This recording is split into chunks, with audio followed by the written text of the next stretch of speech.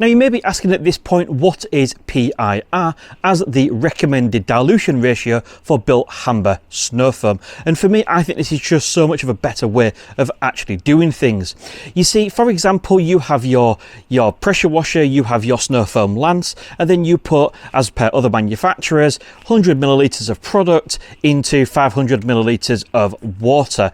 At the end of the day, those manufacturers do not know the flow rate or the equipment with which you are using. And that's where I think the science behind using Bilt Hamber snow foam really makes sense. Because what you do is you work out your flow rate and dilute your product accordingly to make sure you are getting the required strength onto your panel, which for me is just so much of a better way of doing things. So how do you calculate your PIR for using Bilt Hamber touchless then? What you need to do is take your pressure washer. I have a Karcher K4 full control, and then you also take your snow foam lance, undo your bottle and fill it up to the 1 litre mark with plain water. You then fire your pressure washer into a bucket with some sort of measuring device on the side of it, so you can calculate how much water you have accumulated. You keep going until that snow foam lance is empty of that 1 litre of water.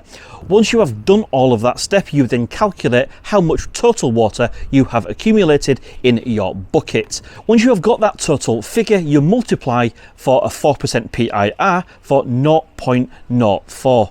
And then quite simply, for the new touchless, you multiply by 0.02. That gets you your 4% and your 2% PIR respectively. If you found it useful, please do give it a big thumbs up. It tells the YouTube algorithm more people just like you might want to watch this video. Subscribe if you're awesome, and until next time, see you again soon.